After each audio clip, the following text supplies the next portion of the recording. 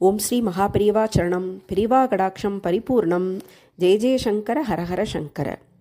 பெரியவாளை கேட்டுக்கிட்டே இருக்க தோணுது நிகழ்ச்சிக்கு எல்லோரையும் வரவேற்கிறேன். இன்றைக்கி நம்ம பார்க்க போகிறது பெரியவாளை பற்றின ஒரு சுவையான நெகிழ்ச்சியான ஒரு நிகழ்ச்சி. கேட்கலாமா? இதோட தலைப்பு நாவை வென்ற நாயகர். ஒரு தடவை நம்ம ஸ்ரீமகா பெரியவா வடக்கே முகாமிட்டிருந்தார். அப்போது ஒரு நாள் திடீர்னு ஆகாரம் எதுவுமே எடுத்துக்காமல் உபவாசமாக இருந்தார். ஒரு நாளாச்சு, 2 நாளாச்சு, 3 நாளாச்சு.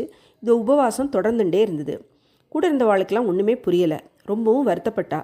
மகாபிரபு தன்னையே இப்படி வருத்திக்கிறார், ஏதாவது நம்ம தப்பு செஞ்சுட்டோமோ அப்படின்னு ரொம்ப கவலைப்பட்டு நம்ம மகாதேவரான பெரியவாக்கிட்டேயே போய் கேட்குறா. நாங்கள் ஏதாவது தப்பு செஞ்சுருந்தா பெரியவா மன்னிச்சுக்கோங்கோ, பெரியவா எங்கள் பிழைகளை பொறுத்துக்கோங்கோ அப்படின்னு கேட்டுண்டு, பெரியவா உபவாசம் இருப்பது எங்களுக்கு எல்லோருக்கும் ரொம்ப கஷ்டமாக இருக்குது அப்படின்னு போய் சொல்கிறா.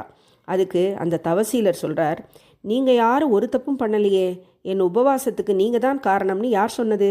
இங்கே வந்த முதல் நாளிலிருந்து தொடர்ந்து தினமும் பிக்ஷையில் ஒரு கீரை சேர்க்குறேன் இல்லையா, 3 நாளாக அக்கீரையை தொடர்ந்து சாப்பிட்டுட்டே வந்தபோது எனக்கே அந்த கீரையோட சுவை ரொம்ப நன்னா இருக்கிறாப்புல ஒரு லேசான உணர்வு ஏற்பட்டுடுத்து. இது வெளியே தெரிஞ்சால் சன்னியாசி நாக்குக்கு கீரை என்ன வேண்டி கிடக்கு அப்படின்னு சொல்லுவாளே, அதுக்கு தான் 4 நாள் உபவாசம் அப்படின்னு சொன்னார். அற்ப சமாச்சாரமான கீரையோட சுவைக்கு கூட தன்னோட திருநாக்கு அடிமையாகக்கூடாது அப்படின்னு தன்னை 4 நாட்கள் உபவாசம் இருந்து வருத்தி கொள்ளும் மேன்மையான ஒரு குணம் வேறு யாருக்கு வரும் சொல்லுங்கோ? மூவிலகையும் ஆளும் சாட்சாத் பரமேஸ்வரர் ஒரு சன்னியாசியின் திருக்கோலத்தில் அவதரித்து அதனோட தர்மத்தை காத்து நிற்க எப்பேற்பட்ட தியாகங்களை எல்லாம் செய்து தன்னை வருத்தி கொண்டுள்ளார் அப்படின்னு இந்த சம்பவத்திலேருந்து நமக்கு தெரியறது இல்லையா? இதுதான் நம்ம மகாபெரியவா.